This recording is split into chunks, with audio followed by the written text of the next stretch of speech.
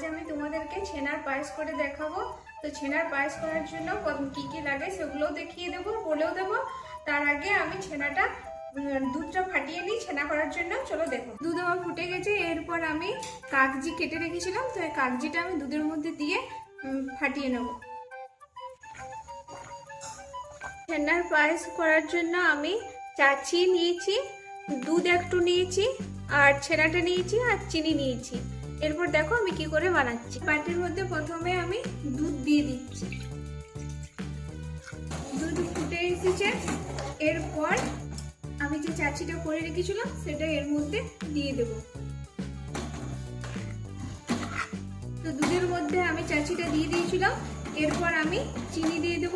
তো চিনিটা আমি এর মধ্যে অ্যাড করে দিচ্ছি। এটা ঘন হয়ে যাওয়ার পর এর মধ্যে আমি একটু এলাচ গুঁড়ি ব্যবহার করব, যাতে একটু সুগন্ধ ভালো বেরোয়। ঘন হয়ে এসছে। এর মধ্যে আমি ছানাটা দিয়ে দেব। চাচ্ছি আর দুধের মধ্যে আমি ছানাটা দিয়ে দিয়েছি। এরপর আমি এটা একটু নেড়ে দেব, তারপর বন্ধ করে দেবো। তো ছানাটা দেওয়ার পর ভালোভাবে একটু নেড়ে নিতে হবে, যাতে চাচির মধ্যে ছানাটা মিশে যায়।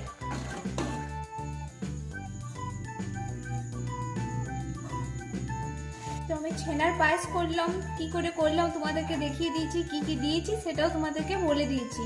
তোমাদের যদি ছানার পায়েস ভালো লেগে থাকে তো লাইক, কমেন্ট, সাবস্ক্রাইব করবে। ইউটিউব থেকে যারা দেখছো আর ফেসবুক থেকে যারা দেখছো তারা লাইক, কমেন্ট আর প্রচুর পরিমাণে শেয়ার করে দেবে, ফলো করবে।